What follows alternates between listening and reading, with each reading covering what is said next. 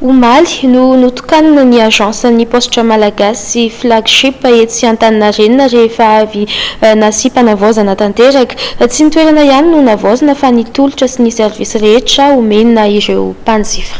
Postra malagasy mivoatra ho anao no mariny postra malagasy io slogan io nandritra ny fanokafana tamin'ny fomba ofisialy ny agence vaovao postra malagasy flagship etsy Antaninarenina.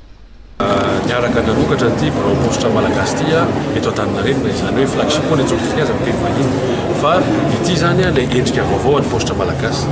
Endrika vaovao zany tsy hoe endriny aty ivelany fotsiny fa endriny anatiny indrindra fomba fiasan'ny postra malagasy satria fantatsika fa zany postra malagasy zany dia efa mataonany maro ny fampiasantsika zany fa taty rindrina taty zany dia hitatsika tamin'ny andro reny ame anara-pahasalamana reny zao ohatra anisan'ny reny hoe fampiasana postra malagasy fanaovana tosika fameno, fampiasana postra malagasy fanaovana reny vasitsinjo ohatra zao zany amin'ny resaka fampiasana service financier.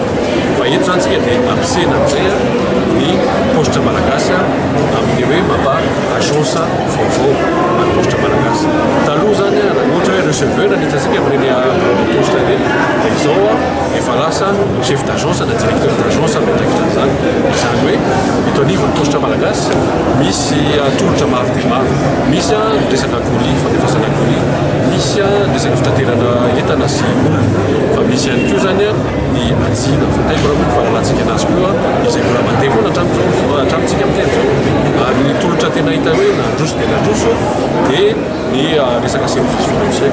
Ao anatin'izany moa fantatsika efa misy an'ireo épargne hatramin'izay na lalàna postra malagasy ohatra ny hoe tsinjo avitra, tsinjo fahaterana, tsinjo lavitra. Misy vaovao koa izay ho atao ho an'ny zareo teratany malagasy any ivelany ihany koa afaka zany manao petrapola aty amin'ny postra malagasy. Zany moa zany hitatsika hoe service financier fa anatin'izany nametratsika ny hoe agence na microfinance ihany koa eto anivon'ny postra malagasy. Izany hoe afaka manao an'ireny microcrédit na fanomezana itisy tsosa fangalana fampidramabola azafady eto anivon'ny postra malagasy ohatra. Ao anatin'izany fametrahana le carte visa hoe carte hypoketra efa fantatsika zany. No amafisin'ny tale général ny postra malagasy fa maro ireo mpanjifa sy mpiara-mombonantoka no mahatoky ny postra malagasy. Zao araky ny volazako tamin'ny kavariko teo ny mpanjifa nenge tsy mialatra amin'izay ary ny tena marina dia miverina ny mpanjifa ny postra amin'izao fotoana zao. Miverina hitan'ny mpanjifa zany ny fivoaran'ny postra amin'izao fotoana zao dia miverina ny fitokisany olona, miverina na ny olon-tsotra na ny mpandrara io na ny orinasa dia miverina miazakazaka mampiasa ny postra avokoa. Ary zay no mahatonga anay manao zavatra sahala amin'izao mba hahafahanay manaraka izay fitokisan'ny mpanjifanay, fitokisan'ny olon-tsotra, fitokisan'ny mpandrara, fitokisan'ny orinasa, indrindra ny fitokisan'ny fanjakana. Satria ny fanjakana koa dia azadino fa ny postra malagasy dia orinasa mpanjakana ary dia ilaina ihany koa izay fitokisan'ny fanjakana ho an'ny postra malagasy izay mba hahafahanay mivoatra, hahafahanay manatsara, hahafahanay manolotra, manome tolotra tsaratsara foana hatrany.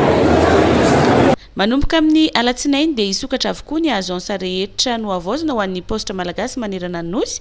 Marina fa misy hatrany amin'ny 590 mahery ny agence ny postra malagasy manerana ny nosy hatreto.